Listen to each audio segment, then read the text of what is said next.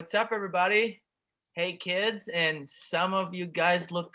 What age group we got going here? It looks like we got a little bit of everything, or Everything. yeah, that's awesome.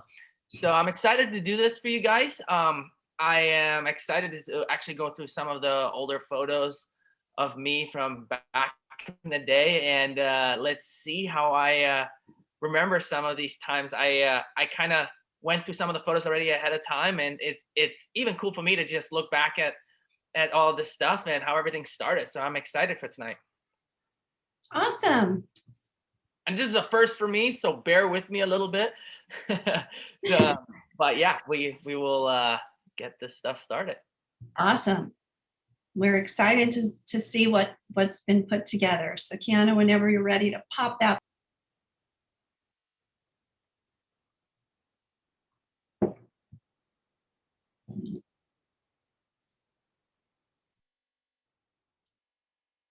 All right.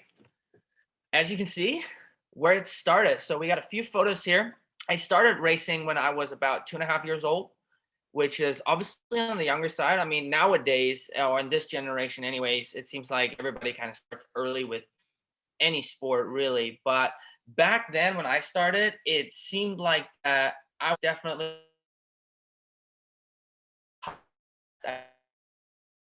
numbers for a while, obviously, and I even already at that point was doing a bunch of international races. So obviously, you guys know that Europe as a whole, and we have many different countries. So it's basically going from California to Arizona or Nevada, and just like that, I was going from Germany to the Netherlands or to Belgium. So I was in a different country and always around different cultures.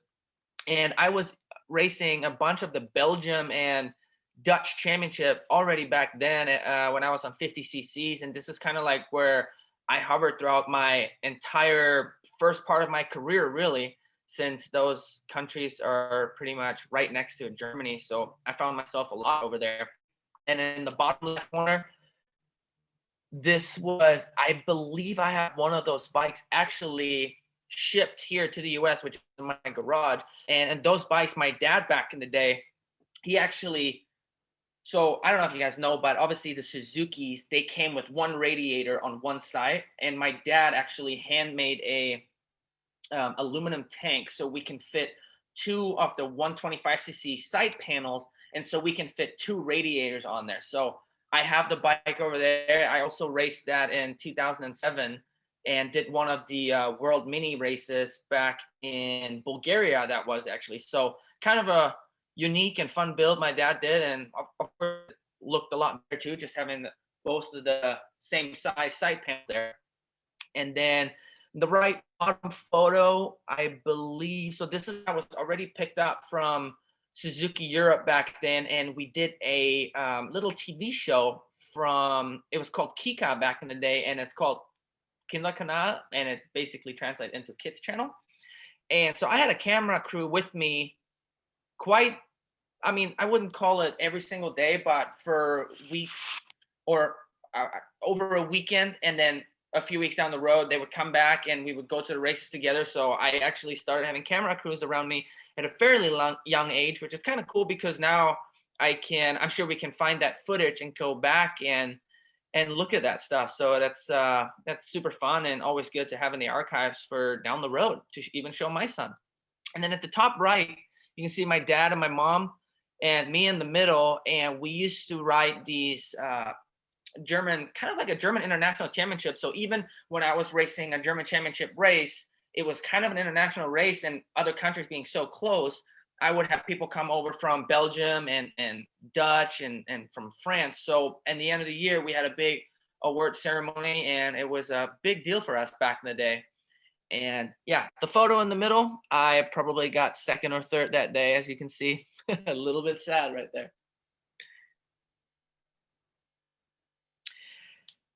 So this is the time I love looking back at, because yeah, as you can see at the top left corner, it's the Mini Olympics 2005. So that was my first year that I have ever come to the US and went straight to the Mini Olympics. And I think, or I hear a lot of people nowadays still talking about that pink UFO kit that I was wearing back in the day. This was kind of a custom kit they made for me.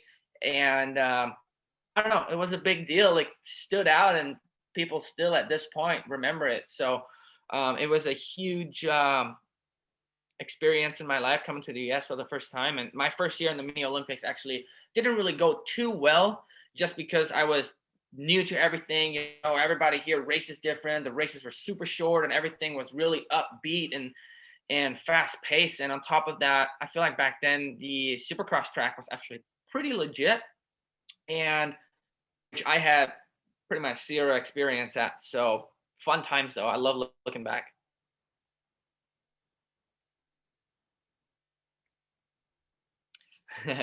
So let's start with the photo on the right, which was probably one of my biggest accomplishments that I've had in my career. So I think it was about 43 years or something like that since a rider from Germany has become world champion.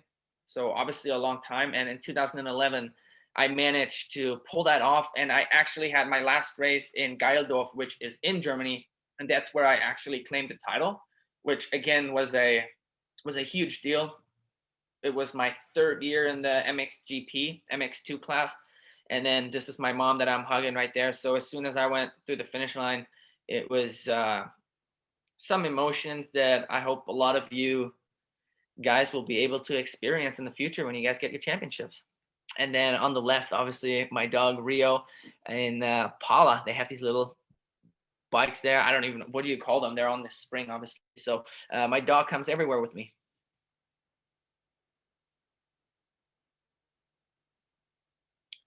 Right here is the 2014 MX Championship, and this was, I mean, of course, getting a championship is always fun and good times, but it was a really difficult year. You know, it was my first year in the 450s, and you know, when you do your first year in the 450 class, there's a lot of racing going on, so it's kind of a little bit of a shock to the system coming from the 250 class, just because we only had eight, I think it was eight supercross races, and then obviously 12 outdoors. But my first year in the 450 class, I pretty much raced every single supercross race, and then went straight into outdoors, and managed to have a really good season myself. And obviously, it got towards the end really tight with Ryan Dungey, but I managed to get the job done and get my first motocross championship in my very first year. And I actually remember, since this was in Salt Lake, I remember in the last lap of the last moto, I collided on a really fast straightaway actually with a lapper, and I have a photo somewhere, and literally all went on and the end by like 2 points. Obviously, it came down to the wire, but um, yeah, it's awesome looking back at these times because I personally never really do. So the fact that I get to do this and look back at these photos is awesome.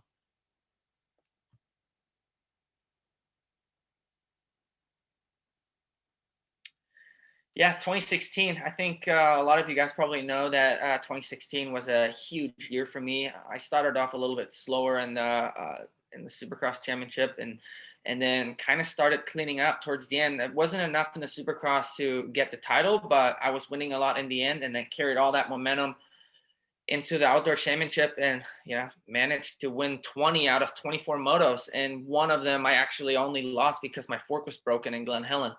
And what's so special about that year is that the crew I was with back then, the RCH Suzuki, was really a actual privateer team. But of course, I got all the factory support, and this was the first and only championship I was able to get my team back then. And the outdoor season could have not really gone that much better. So this is probably one of my favorite years that I've raced so far, just because I feel like things were going my way, and I was fit, I was young, and not a worry in the world, and just cleaning out, winning one after another. So those are good times to look back to. So now, obviously, a not so fun time. 2017, I had one of the biggest injuries of my life going down at, I believe that was Anaheim 2.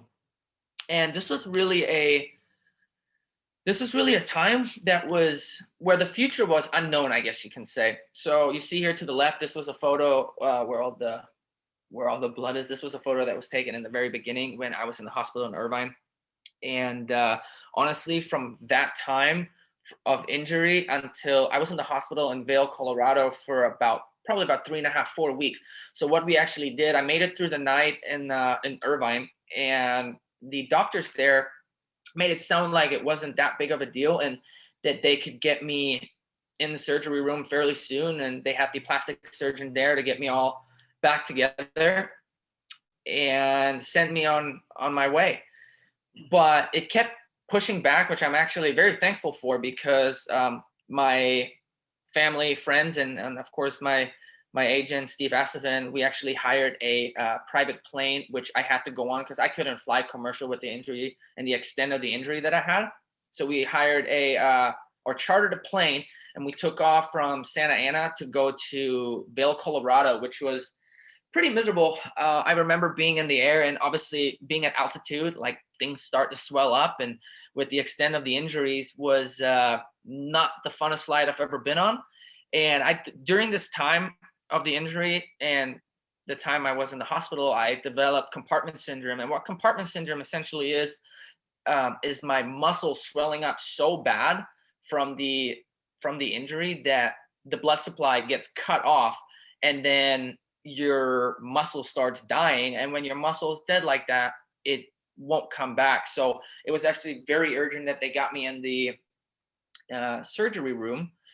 And then obviously you see in the middle, I have the external fixator on, and I ended up compound fracturing my radius, which is right here on my wrist on the inside, and my ulna as well, which is the outside of the wrist. I dislocated my wrist as well. And I have a donor elbow radial head, which is that bone that's right on top of here. And when you supinate, which is when you pull your thumb out like that and you twist your arm like that, the radial head actually moves in there. I actually have a cool video of that the doctors took of me while they were doing surgery. And so this is actually a donor elbow. So after a bunch of the surgeries that I had to wait to get a replacement for mine because mine was so damaged and kind of like sheared off, I guess, that I couldn't really, it wouldn't have worked to get a fake radial head in there, because I would have had to get a replacement every year or two with the sport that we do if I wanted to ride again. So of course my doctor is one of the best doctors out there. He saved my arm and got everything back together, and it's super strong right now. But I had to wait for a donor to actually give me their elbow, pretty much. And it took a few months just because it has to be roughly your age, roughly your height. And yeah, so I ended up getting lucky, and we found pretty much a perfect match. And then as soon as I went back into surgery, it was a long surgery because it had to fit perfect. So they have to file and make everything perfect and put it in there. So it was a time that I actually really like looking back, because I feel like it's kind of made me who I am right now. And I just didn't really want to let this injury keep me down. And of course, that took a little bit of time, just because these 4 weeks in the hospital, I actually don't remember that much of. But I actually had time to think about some other things than always just go, go, go and travel and racing. And, it made me appreciate a lot of things. But then as soon as I got home, I turned that all around real quick and kind of forgot about all of the negative and focused forward and looked at the positive and really turned things around. And if I can give you guys some advice, is that you guys should look at a guy that his name is David Goggins, and there is a podcast on iTunes that is it's called Rich Roll. The person that puts on the podcast is called Rich Roll, and it's the Rich Roll David Goggins podcast. And that is the podcast that I listened to while I was laying out in the grass. And that's kind of like what got my mind spinning and what really put me in a good mindset, and tried to basically ended up swinging for the fences and worked every day super hard to get back there and change my mindset and really envision and picture myself being back at the top. And that's how I came back. And of course, following up with a year later, I really hurt my right hand really bad as I was trying to make a pass, and that pass completely went wrong, and my arm got stuck into Cooper Webb's back wheel and swing arm, and just completely destroyed my right arm again, or my right hand, I should say, and shattered my second and fourth metacarpal, which is these bones right in here, and tore all my ligaments off, and also dislocated my wrist. So um, another tough one, kind of career threatening. Like it was a lot worse than we initially thought. I mean, I knew it was bad just because I was the one that feeling all the pain, but I ended up having to get a few surgeries on that one as well. And they took a bone out. It's called the hook of the hamate, which is right here at the bottom. A bone that doesn't really heal very well and doesn't really get good blood supply. So they were able to take that out, which is, I guess, technically not that big of a deal. It was the best thing that we could have done for the situation. And for what it is right now, we are in 2021. This really seems like a lifetime ago. And my arms are strong. I've just put in a lot of work. I hired my own PT person that was basically with me for 2 years straight. I did therapy in the morning and therapy in the afternoon for about an hour and a half each, and did that every single day until I was able to basically squeeze some bacon tongs.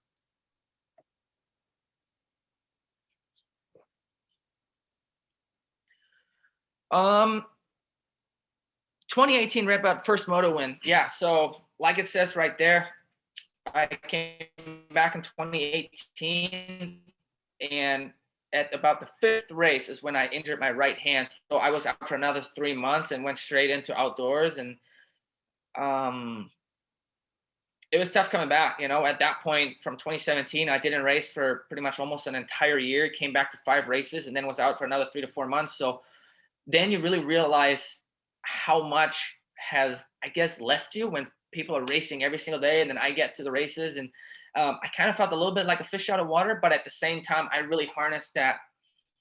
I really harnessed that time, and the time being away from what I love, and then coming back there, you get these butterflies in your stomach on a whole nother level. And then, sure enough, and Red Bud was my first win since all of my injuries, really. So it was really emotional and an amazing feeling, as you guys can imagine.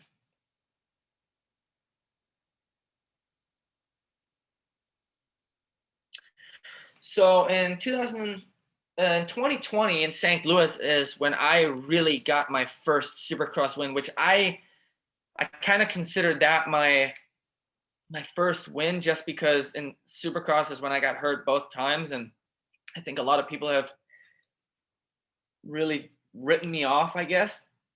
But this just shows you that it is possible to win again after multiple really bad injuries. And even though some of you have probably dealt with injuries before, but your mind easily wants to go the negative route, and it's not the way to go.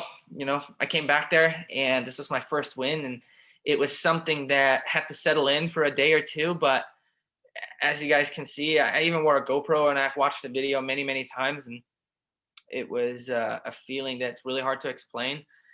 And then we followed it up with 2 more wins. But those are the moments that make you forget all the pain that you've gone through, and it makes it all worth it.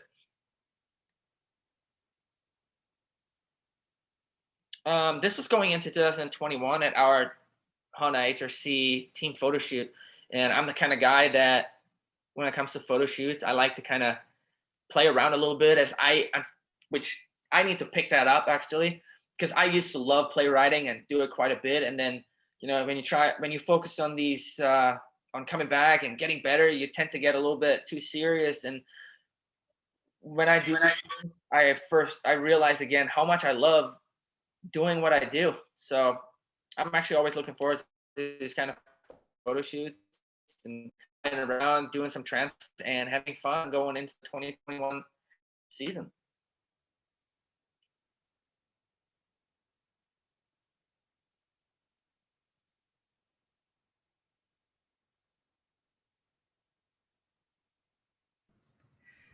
So Ken, that is all we have for the presentation.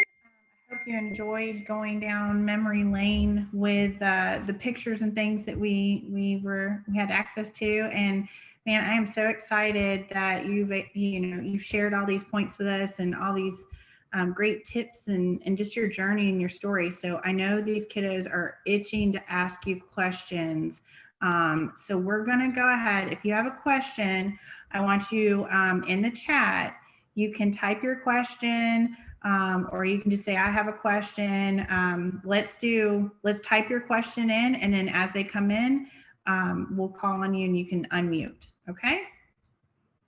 And I hope it wasn't too long, but for all these photos, there's so much to talk about. Really, I can go on and on, but especially when it comes to the injury, just because there was so much happening in that time, you know. Oh yeah, for sure. I can imagine. I'm sure all these kiddos can relate to you for sure. Okay, so let me see if I can, they're coming in like crazy. So let me see if I can get to the top. They're coming in hot, Ken. Yeah. Ready for it. Let's see. Are Okay. we Cameron, reading in the chat, or am I going to be talking to the individual? you're going to talk to them. Yeah, you're going to talk to Cool. them. So Cameron Rowell, let's go ahead, have you unmute, and you get to ask Ken your question.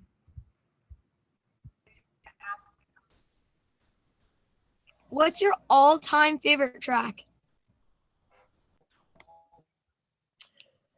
My all-time favorite track, that's always a tough one. I've written so many tracks, but actually there's one that pops in my mind pretty clearly. And I don't know if you've heard of it, but there's a track, and I believe there used to be a Destinations back in the day, but I raced there in the GPs, and it's called Matterley Basin, which is in England. And Googling, I mean, and stands out to me. And I used to also always love going to Portugal. Like there's a track called Aguera, and it's really, really red dirt. And those kind of like, for whatever in South, and they're kind of like jumpier, you know, a little bit more American style, really. And especially back in when I was in Europe, that's what I loved. So, but Matterley Basin in England is probably one of my all-time favorite tracks. Great. Thank you, Cameron. Vanessa Gleason, you're next. How do you handle being on a racing mindset while you are also a father and a husband? Good question. So in the last couple of years, and I'm sure you guys have heard, I've been struggling with a little bit of these Epstein-Barr virus, right? So this is a virus that kind of gives you this chronic fatigue. And for me, I believe it came when I was injured. So obviously my arm went through a lot of trauma, right? And I was on a lot of antibiotics and a lot of medication in general. And I feel like my immune system kind of got so low. And then I started back training because before I was unaware of really having Epstein-Barr. So for the last couple of years, I've tried really hard. And that was kind of before I knew what was really going on. And I just was trying so hard to get back, right? And I was always asking myself, what am I doing wrong? Like why I can't really train anymore the way I used to before my injury. And of course, you know, as I'm getting older too, I'm not old by any means, but at the same time, these years are kind of fizzling away. And I just got so into it and so serious that I really honestly kind of lost the fun a little bit in what I was doing, simply because I would go on bike rides and ride my dirt bike and do all this stuff. And then the following couple of days, I would be really tired and honestly just miserable. And that went on for so long that honestly, my son came at the perfect time. I knew that I needed to kind of revamp my outlook on this whole thing, right? So now, on top of with doing a lot of mental training and, you know, training in general and having a really good schedule and routine on a daily basis, but honestly, my son came at the right time, and he takes me away a little bit from the daily grind, if that makes any sense. And it makes me enjoy family and look at things a little bit differently, because I'm a believer that since we're always wide open from morning till night and we put everything into our sport, I'm a big fan of actually also going away from it for a little bit, coming home and just having fun with my family and having fun with my son. This was all big news for us and a little bit unexpected, but we embraced it and we're ready for it. And as my wife is also a little bit older than me, we were just kind of ready for it. And I feel like we made the right decision. I don't feel like we definitely made the right decision, because I love being a dad and coming home from the track and all the training. There's nothing more that I want than hang out with my family, with my dog, and especially playing with my son. And it's incredible to see to see him grow up so quick, right? It feels like it's just been yesterday that we got pregnant and then he was born. And now he's 6 months old. He started to eat real food, and it's really fun to watch. And honestly, that hungry to go back to my job the next day. And when I'm racing, especially, at the races. I'm changing diapers, and don't get me wrong, like I'm very focused and I'm really into it, but I dedicate some time to it when I come back from practice, but I'm also trying to take my mind off of it so I can get ready for the night show. And I like to look at it as it taking really away the pressure and taking your mindset to family. And this is what I personally needed, because before I would just be so into it and always trying to get better, almost to a point where it wasn't really going the direction that I wanted it to. So technically I'm really using him as a help to make me race better.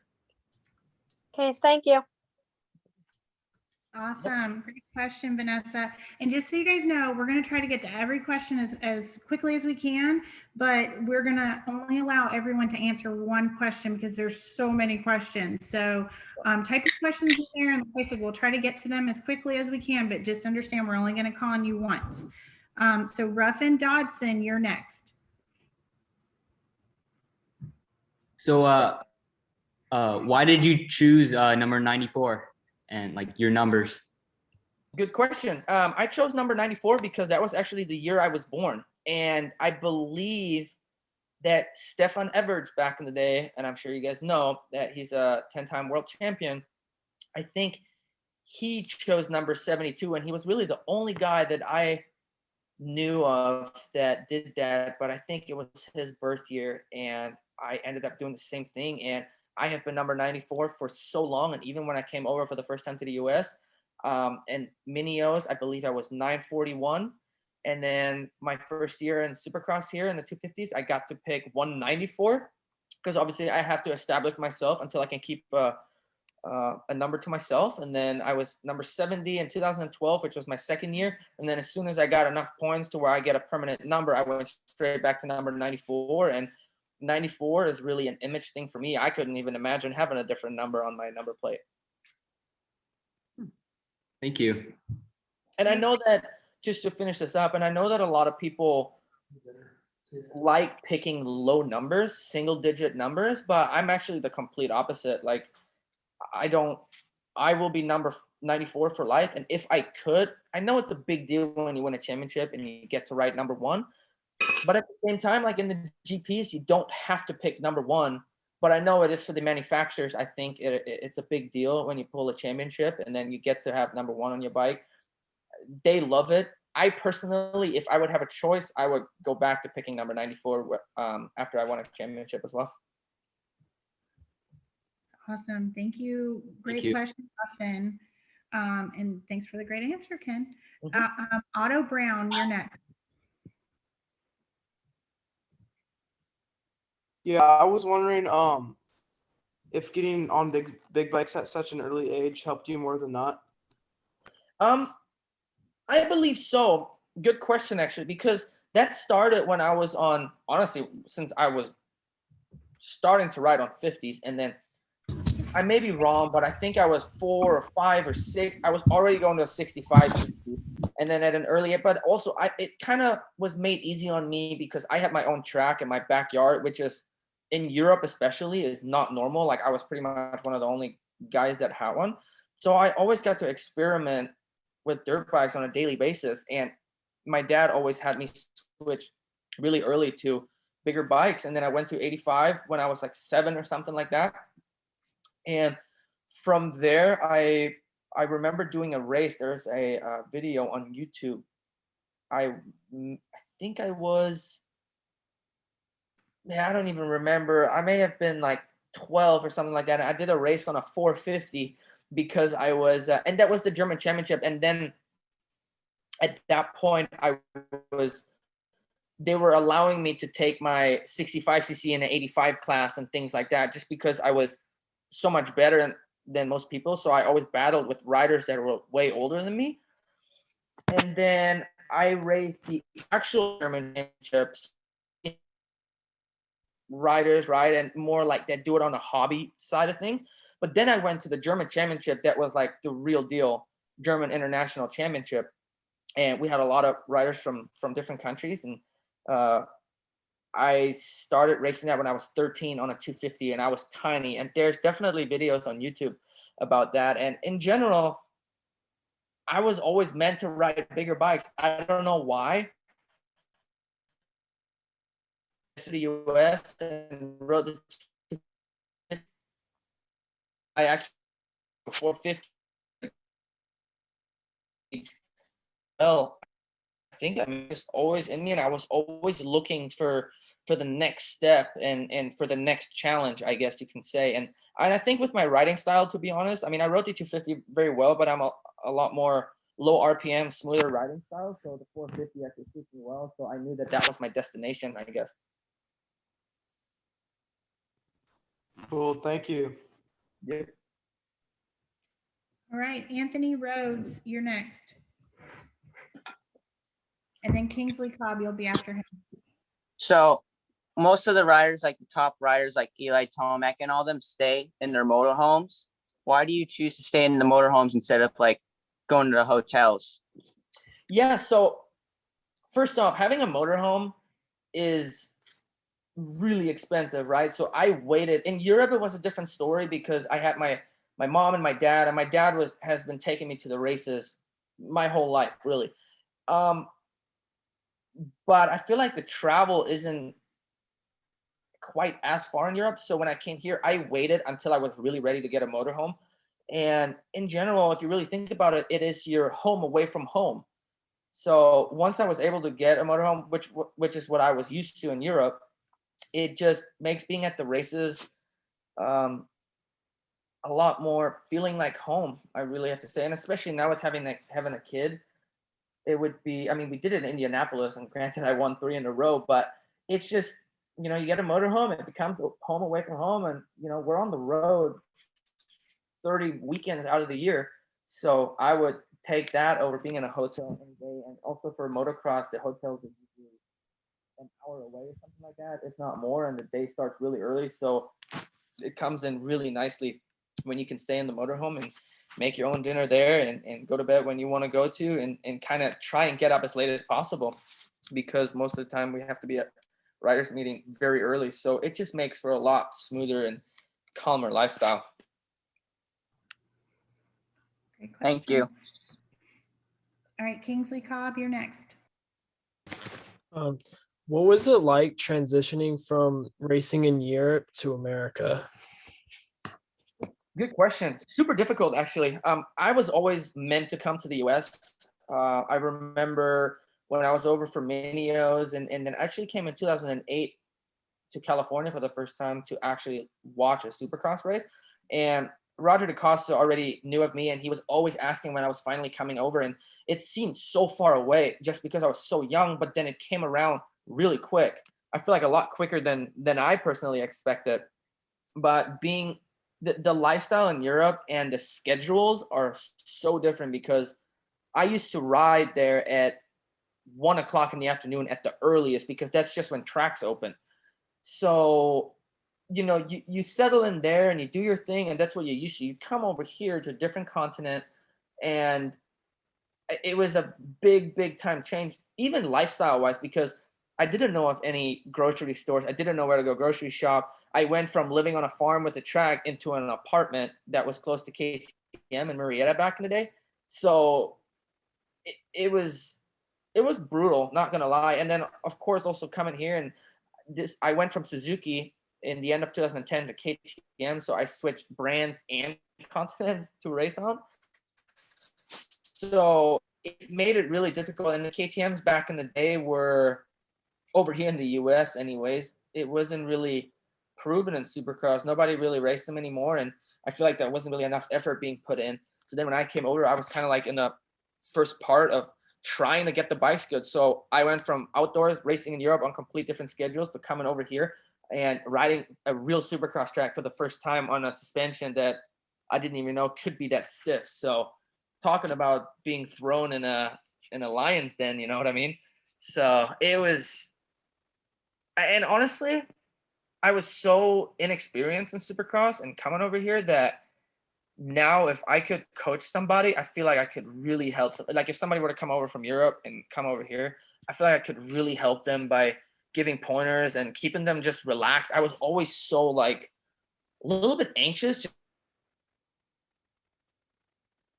and they smelled way different. You come to a public track with I don't know how many fast riders there. It was just it was just super tough back then because there was really nobody that, I shouldn't say warned me, but it's almost difficult to get ready for that unless you're doing it, like you're actually going and you have to live through that stuff, you know?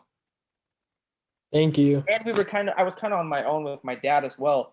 We were trying to do things like how we did in Europe, and it's difficult to really copy into this lifestyle over here. So we definitely went through some trial and error, and kind of just had to adapt. Hmm. Awesome. Thank you. Yep. All right. Gabriel Brown, you're next, and then Sage Tingler, you'll be after him. All right. What was your favorite Supercross track that you raced on? Ooh, that's a really tough one, just because they like for moto, you come to the same track every single year, and they don't change very much, so you can exactly pinpoint. Yeah. But Supercross tracks is really a tough one. Actually, there's one that stands out to me, and it's not even racing, but it was a track that Tim Ferry had at his house in Florida in 2016. It was a really unique, super fun track, and I would have to say that's probably one of the funnest one that I've ever ridden on. When it comes to racing, I can't even answer that because honestly, as soon as we're done racing them, they're like straight out of my mind. Like I can barely remember what what the first track looked like. Was like when we started racing this year.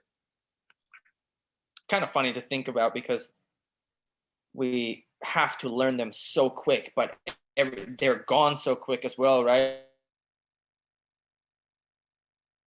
A couple of times, one short, one long, and then we're out of there in the truck. So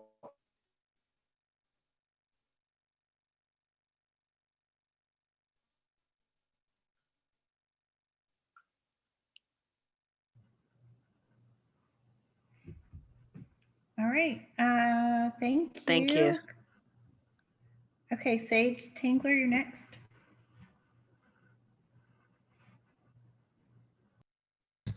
My question is, if the components of being a great motocross racer are made of mindset, hard work, and talent, what percentage would make 100%?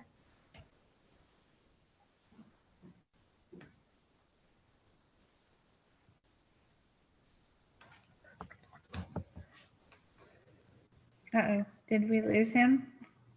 Does anybody see Ken anywhere? Uh-oh, hang on. I'm sure he's going to get back in, so hang on. There he is.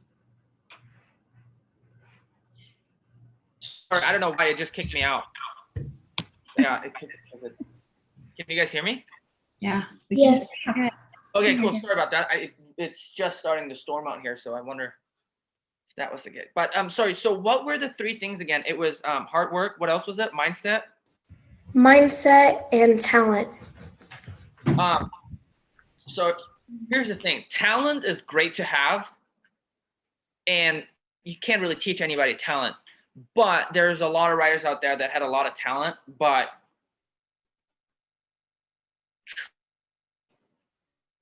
anything with.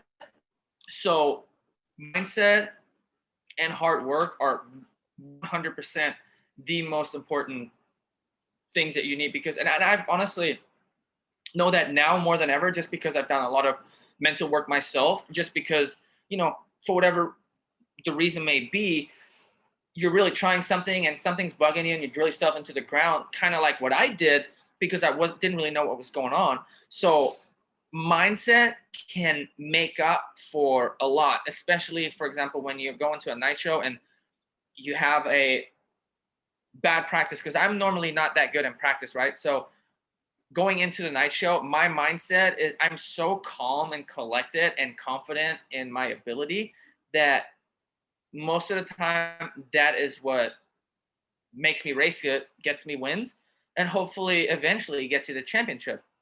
So mindset and then hard work. Of course, you got to be dedicated to your work and what you do.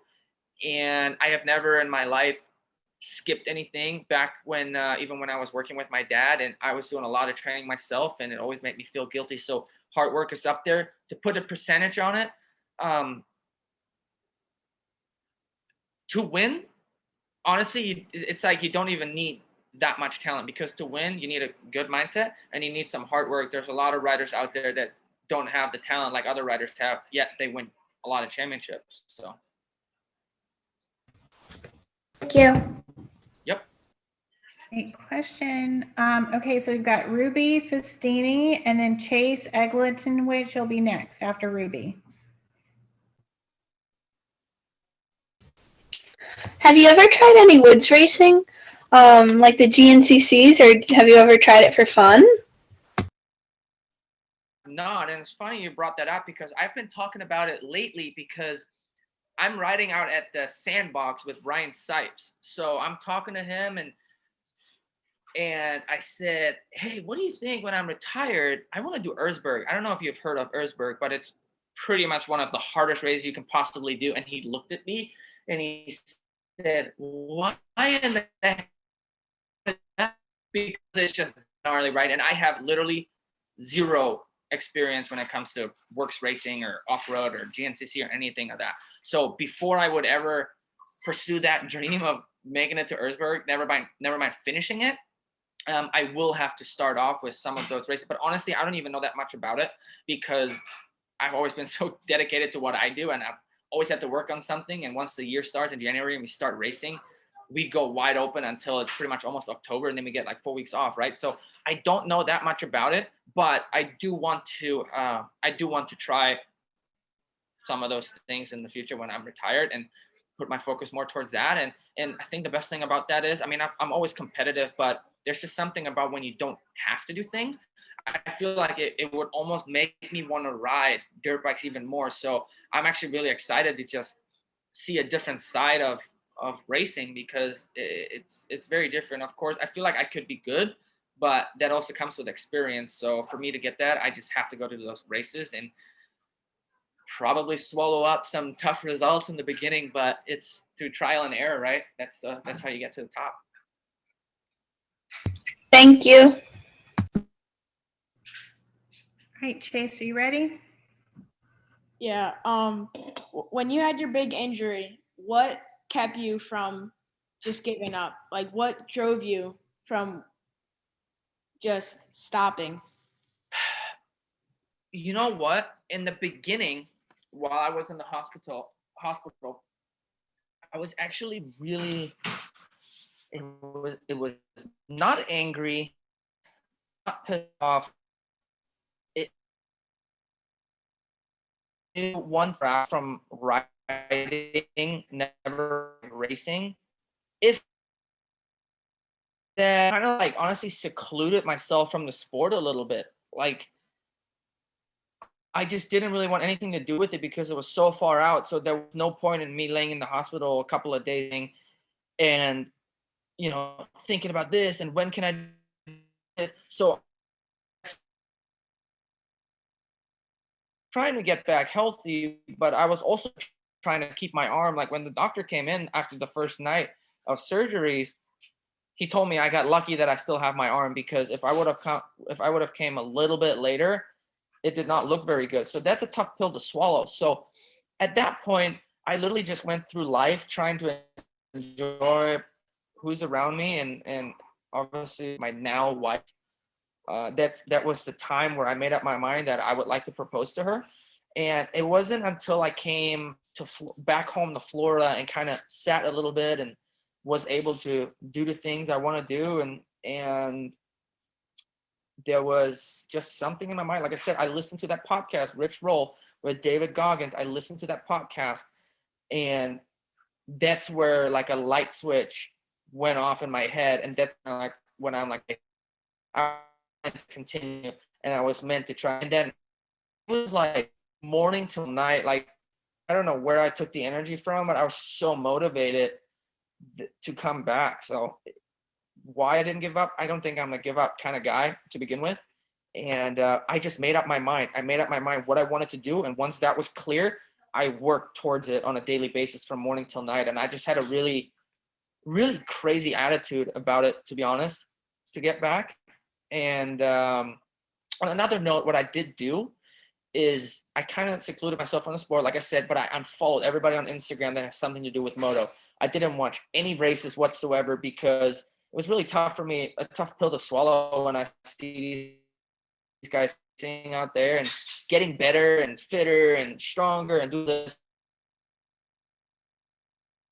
I went away from it. I enjoyed my family. I went on the boat a lot, did the things that I normally don't even have time for.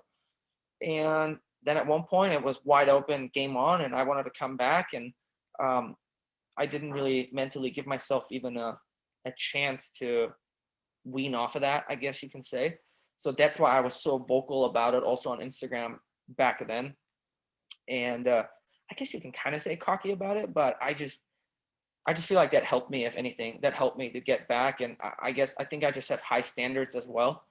And yeah, so it was a tough time, but honestly, now that I'm through it, I wouldn't want to miss it. Thank I you. wouldn't change it. Let's put it that way. All right. Brandon Ellis and then Draco Boganovic, you guys are up. So Brandon, you're first. Do you have advice for me, because I'm an ATV racer and I try everything to keep going, but things scare me because I could flip and get really hurt. It's happened to me before, but I just don't know what motivates me to keep going and pushing when I know that I could get hurt really bad out in the woods.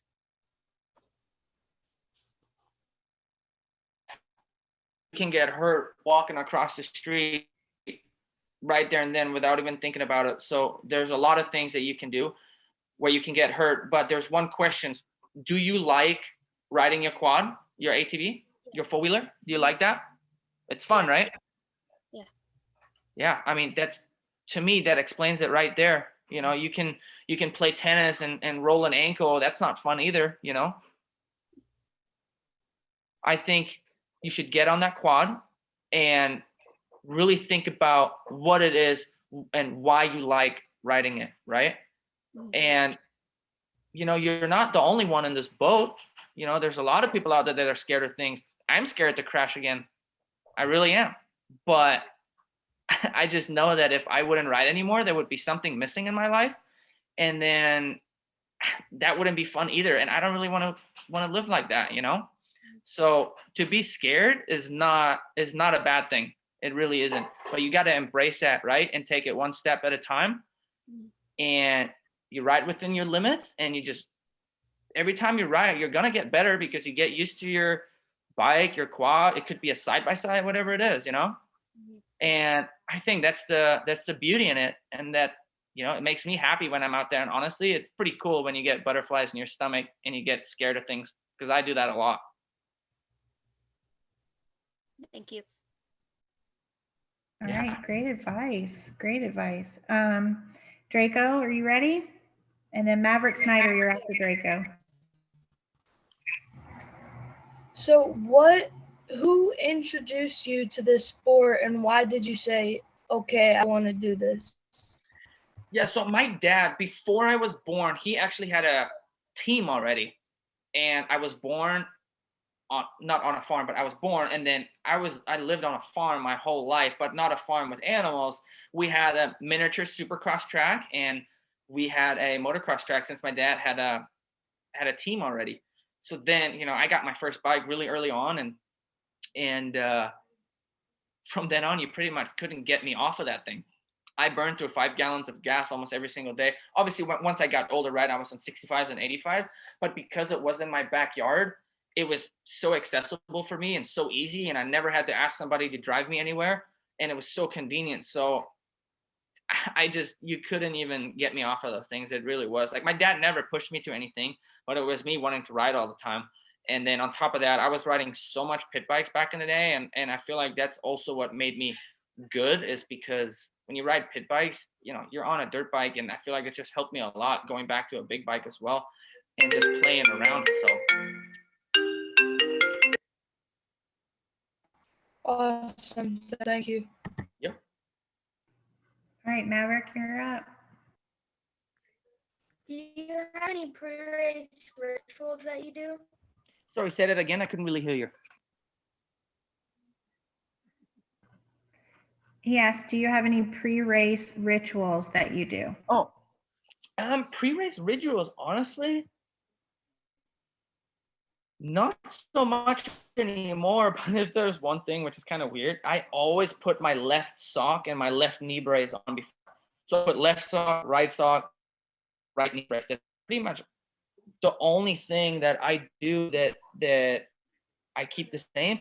And another thing is, when I get a brand new helmet, the first thing I do is throw it on the ground. Not from up high, but I kind of like tumble it and kind of just push it on the ground, because there has just been so many times I put on a new helmet, and if I go to the race or something, and I will just go and like grenade myself, and I've tried to shake that superstition. It would be called a superstition, right?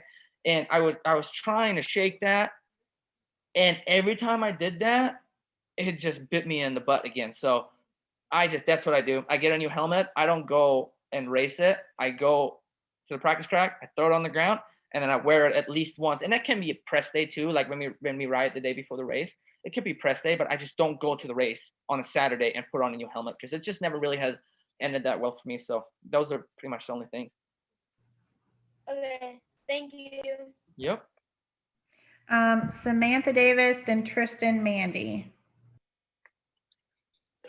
Do you hope that your son follows in your footsteps? Good question. I don't know.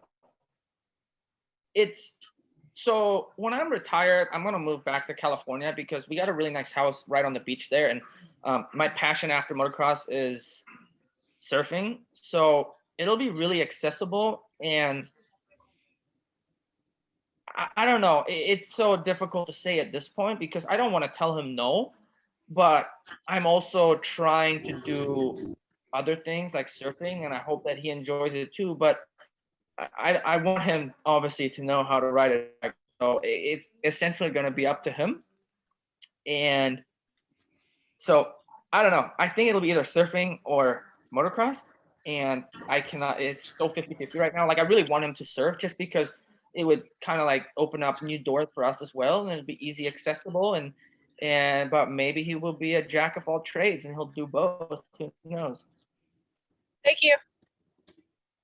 Yep. All right, Tristan Mandy, and then Nick Frazier.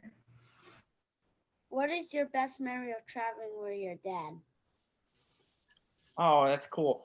Dude, I made so many memories in general with my family that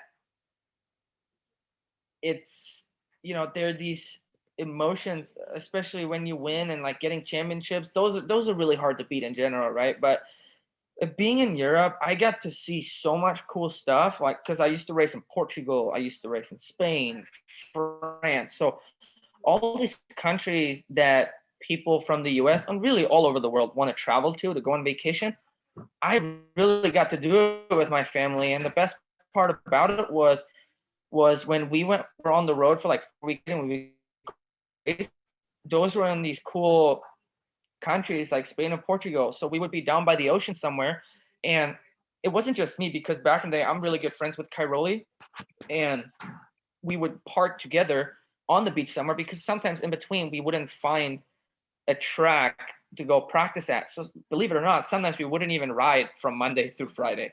So we would not ride, but then make the most of it. We would go do our training on the beach. We would run and cycle and do all this fun stuff. But at the same time, that's why I've always thought that the GPs over there are so relaxing, because it was just a different lifestyle than over here. And so in between those races, we used to just go to the beach and do, family stuff there. And that really also took me away from this whole race environment, which is always very serious, right? But like I said, I'm also a believer in taking a step back from that, just to keep it a good balance. So I think just in general, it's going to all these different countries and different cultures, because like I said, it'd be like you going from California to Nevada, but going from something that to a complete different everything, different language, different people, different scenery, especially, but also food, grocery stores. And those, now that I've been in the US, I like to say that I've kind of been stuck here just because our schedule is so crazy that I never get to travel to any other countries anymore. So when I'm retired, I hope I get to do that again. But over there, I got to do a lot of that, and it makes me think back about those times a lot and how cool it actually was. It was normal for me back then, and that's just what we did. So you don't think twice about it. But now that I've been here for so many years, I do really miss going to different and see different cultures. You are ripping this year. Thank you, buddy. Okay, Ken, we want to be, very respectful of your time. And there's still a ton of questions left, but want to know how much more time do you have to stay with us? We can maybe take a couple more questions, or we can go ahead and wrap it up, and we'll let you decide. Let's take a couple more questions. And if there's anything I can do, even besides this, if there's still some questions that kids want to get answered, feel free to reach out to my wife, and we will get something figured out so everybody gets their answers. Oh, that's awesome. That is so awesome. Okay, so then Nick, Frazier, and then Oakley and Reston will stop with you guys, and then I know Miss Andrea has a question, so we'll wrap up with those last ones. So Nick, Frazier, go ahead. My question was already asked, but where do you keep all your trophies? So I live on a beautiful lake here in Florida, in Claremont, and I have a shop that I built in my backyard just because, dude, I always have a lot of stuff, like whether that's a boat or jet skis. I need storage, right? That this property didn't have. So I built a big shop, and I have my championship bikes in there. I also have my 2007 World Champion bike here.